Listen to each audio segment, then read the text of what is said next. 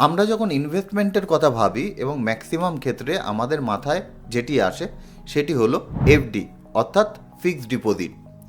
তার একটা বড় কারণ রয়েছে যে আমরা ব্যাংকে অথবা পোস্ট অফিসে যদি আমরা ফিক্সড ডিপোজিট করি সেক্ষেত্রে কিন্তু আমাদের একটা সিকিউরিটি থাকে। এছাড়াও যেটা থাকে যে একটা ফিক্সড ইনকাম সেখান থেকে পেতে পারি। অর্থাৎ আমরা যখন ফিক্সড ডিপোজিট করছি সেই মুহূর্তেই আমরা জানি যে প্রতি বছর অথবা যত বছরের ফিক্সড ডিপোজিট আমরা করছি ততদিন পর্যন্ত আমরা কত রেট অফ ইন্টারেস্ট পাবো। কিন্তু রিয়েলিটি যদি আমরা দেখি তাহলে কিন্তু আমরা একটা জিনিস বুঝতে পারবো যে আমাদের ফিক্সড ডিপোজিট খুব বেশি করা উচিত নয়। কেন করা উচিত নয় আলোচনা করব এই ভিডিওতে।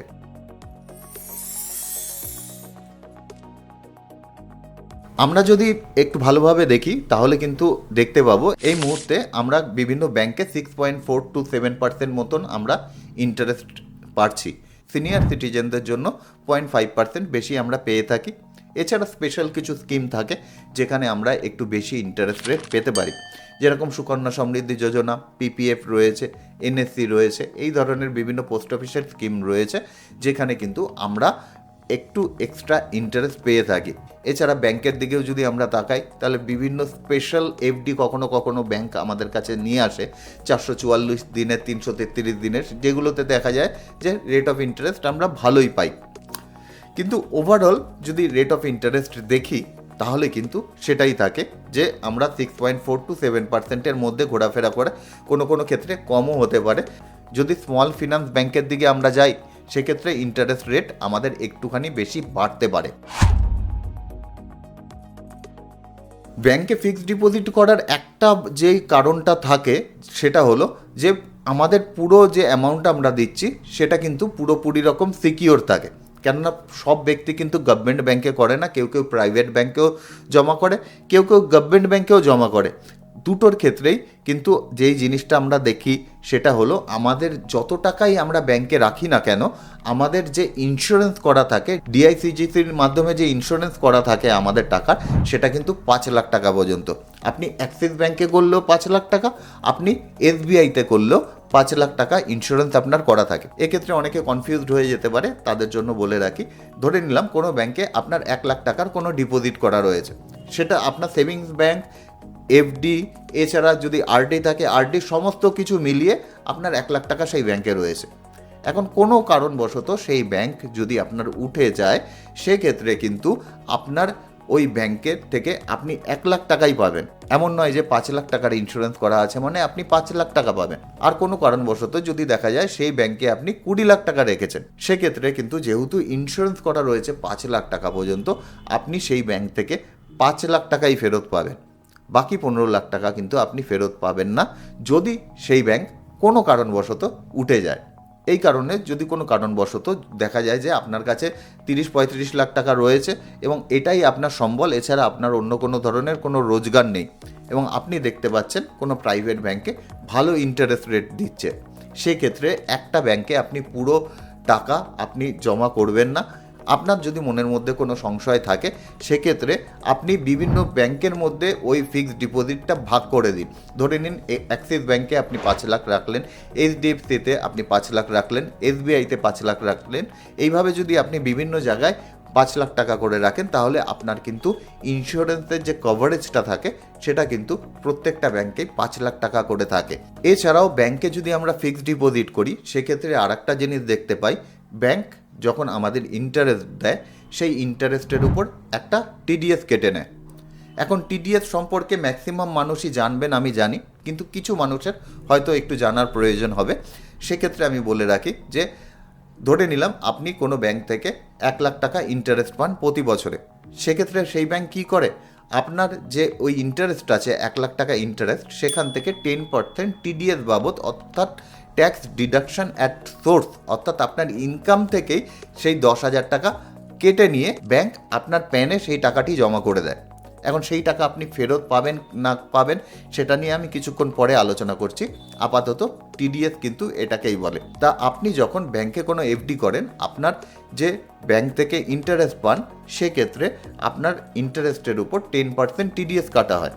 এক্ষেত্রে অবশ্যই ইনকাম ট্যাক্সের একটা রুল আছে, নতুন যে নিয়ম আছে সেই নিয়ম অনুযায়ী কোনো ব্যক্তির যদি বয়স 60 বছরের নিচে হয়, অর্থাৎ সে যদি সিনিয়র সিটিজেন না হন, সেক্ষেত্রে তার যে ইন্টারেস্টের পরিমাণ হবে সেই ইন্টারেস্টের পরিমাণ যদি 50,000 টাকা পর্যন্ত হয়, সেক্ষেত্রে কিন্তু তার উপর টিডিএস কাটা হবে না। কিন্তু সেই ব্যক্তির যদি ইন্টারেস্টের পরিমাণ 50,000 টাকার থেকে বেশি হয়, সেক্ষেত্রে তার ইন্টারেস্টের উপরও কিন্তু 10% টিডিএস কাটা হবে। অর্থাৎ সে যদি 60,000 টাকা ধরে নিলাম ইন্টারেস্ট পান, তাহলে 10% হয় 6,000 টাকা, ব্যাংক কেটে আপনাকে 54,000 টাকা ইন্টারেস্ট বাবদ দেবে এবং বাকি যে 6,000 টাকা ব্যাংক কাটলো ওটা আপনার প্যানে জমা করে দেবে। এই একই নিয়ম কিন্তু সিনিয়র সিটিজেনদের ক্ষেত্রে, কিন্তু যে থ্রেশহোল্ড লিমিটটা থাকে সেটা কিন্তু 1 লাখ টাকা হয়। অর্থাৎ কোনো সিনিয়র সিটিজেন যদি 1 লাখ টাকা পর্যন্ত কোনো ব্যাংক থেকে ইন্টারেস্ট পান, তাহলে তার উপর কোনো ধরনের কোনো টিডিএস কাটা হয় না। যদি ইন্টারেস্টের পরিমাণ 1 লাখ টাকার উপরে চলে যায়, সেক্ষেত্রে তার উপর কিন্তু টিডিএস কাটা হয়ে গিয়ে থাকে। এবার ব্যাংকের যে টিডিএসের নিয়ম রয়েছে সেখান থেকে আমরা বাঁচতে পারি কিভাবে, সেটাকে অ্যাভয়েড করতে পারি কী করে, এবং সেটা আইনের মধ্যে থেকেই আমরা কি করে অ্যাভয়েড করতে পারি। প্রথমত যেই কাজটি আমরা করতে পারি যে আমরা ব্যাংকে 15G অথবা 15H জমা করতে পারি। 15G জমা করবে যেসব ব্যক্তির বয়স 60 বছরের নিচে, আর যেসব ব্যক্তির বয়স 60 বছরের উপরে তারা 15H জমা করবেন।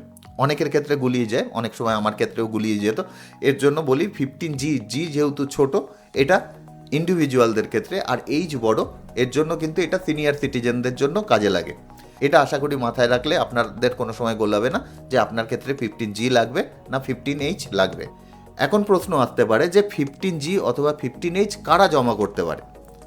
এখন 15G অথবা 15H জমা করার জন্য আপনার কিছু ক্রাইটেরিয়া অবশ্যই থাকতে হবে। 1 নম্বর, আপনাকে অবশ্যই ইন্ডিভিজুয়াল হতে হবে।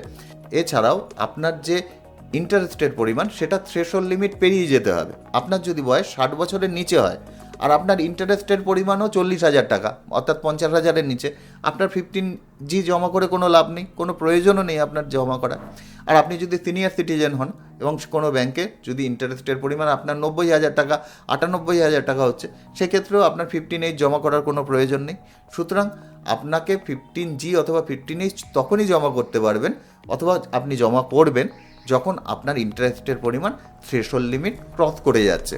আর 2 নম্বর যে ক্রাইটেরিয়াটি আছে, আপনার টোটাল যে ইনকাম আছে, ইন্টারেস্টের ইনকাম এর সাথে সাথে আপনি যদি অন্য কোনো ইনকাম আপনার থেকে থাকে সেগুলো নিয়ে আপনার টোটাল ইনকামের পরিমাণ আপনার ইনকাম ট্যাক্সের বেসিক এক্সেমশন লিমিট ক্রস করলে চলবে না। এখন কিন্তু বেসিক এক্সেমশন লিমিট আমাদের 4 লাখ টাকা আছে। যদি 4 লাখ টাকার মধ্যে আপনার ইনকাম থেকে থাকে, আপনি 15G অথবা 15H জমা করতে পারেন।